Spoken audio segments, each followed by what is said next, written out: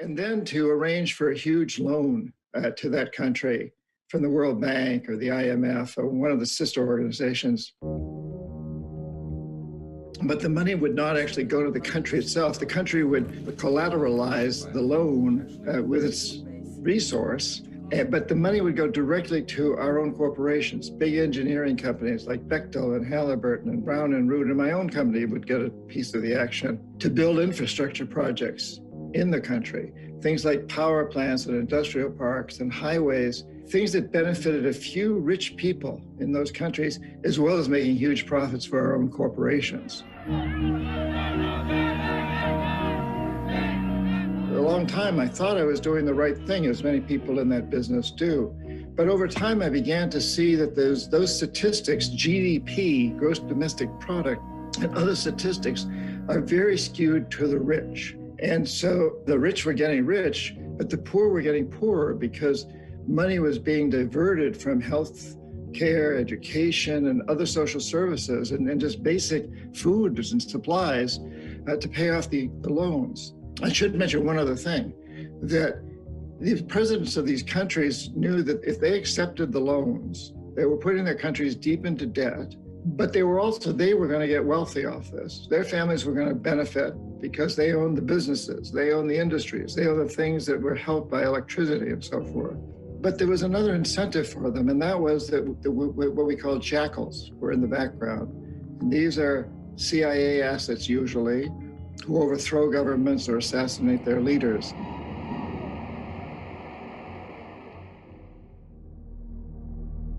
John Perkins is not the only one that spoke about this. Many others say that developing countries which are in heavy debt may go through coups and assassinations as a result of not wanting to play by these rules. And they say that these institutions and companies that lend countries have thousands of employees, and some jobs there are to manufacture and manage such crises. I reached Vincent Bevins, author of The Jakarta Method, a book which discusses the American intervention and collusion during the mass killings of Indonesians by their government in the 60s. I am sure he has something to say about this.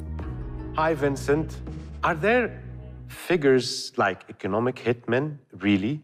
Ones that force abusive contracts on nations and countries? What I can say is that in the second half of the 20th century, it was absolutely true that a lot of countries in the global south, countries that used to be part of something called the Third World Movement, ended up saddled with a lot of debt, which became unsustainable. And the fact that they were saddled with debt and the fact that the debt became unsustainable has a lot to do with institutions and actors based in the global north. So are these institutions and actors from the north economic hitmen? Who is benefiting from this? There were a lot of people that did benefit from these crises, whether or not they were financial actors or key players in international banks. I think what's important is that it absolutely happened and it benefited a small group of rich people in the global north. And do you think that these practices are still in place today? It's now fairly well recognized that the prescriptions the IMF was going around the world and handing out to indebted and poor countries were often very destructive. The IMF has even gone back on a lot of what it said in the past was the right medicine for a country that, quote unquote, had problems, even if those problems might have been generated by the system itself. But at the time, nobody was questioning this. And the fact that the IMF 20, 30 years later says, oops, we actually might have ruined half the world's countries doesn't change the fact that we're still on the path today that was created by those actions generations ago. From an economic perspective, and even capitalistic one, wouldn't you say that keeping everybody healthy with good purchase power to engage in the global economy is better for the whole world than crippling them by loans that they cannot repay?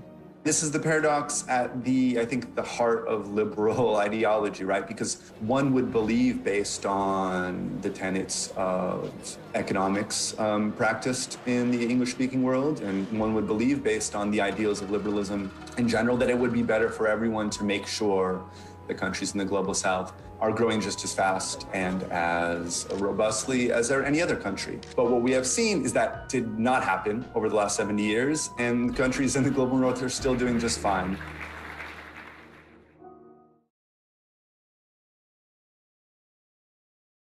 Yes. I'm interested to know your views, Alex, because I mean those two videos of the confession of the economic hitman basically clearly suggest that I think we are going through another financial crisis in the future, and then near future, and then you mentioned about Christian Lagarde, who wants to change the whole cash into non-cash because of the control system. Yeah. So I'm just interested to hear your views about the near future, about the phenomenon of de-dollarization with the block of BRICS, and then the whole trades that more and more are conducted without using dollar to basically get away from the control of the dollar and the US. Very, very interesting. As we speak today, Egypt, Russia, UAE, Laos, India, Brazil, China, Kazakhstan, Malaysia, Brunei, France, South Africa, Saudi, Kenya, Vietnam, Thailand, Singapore, Philippines, Myanmar, Indonesia, Cambodia, Venezuela, Argentina, Cuba, Sri Lanka, Mongolia, etc., Turkey, Zimbabwe. This is today the list of countries who do not need to use US dollar to pay anymore. So there is some very, and today I received a paper that people are scared to death that the dollar is going to go way down. Well, the dollar is, as the film has mentioned, in a way, the dollar is a political currency by all means. And they still will sell their weapons for billions of dollars. Now, will they ask to be paid in dollars if the country, China and India, says, I'm sorry, we don't pay you in dollars? So there's a big crisis going on, and you can follow it in the press, of course. But this is a monumental change that's going on, where suddenly the dollar will not be the leading control. So then what happens next? Up to you where you want to put your gold or your banknotes in your garden or somewhere. But it is happening. It is happening quite rapidly. And even if Mr. Diamond said that everything is safe, yeah, the world is changing. I think the dollar story is going to change the world very, very quickly. Yes, I will never pay by dollar anymore because I don't have one.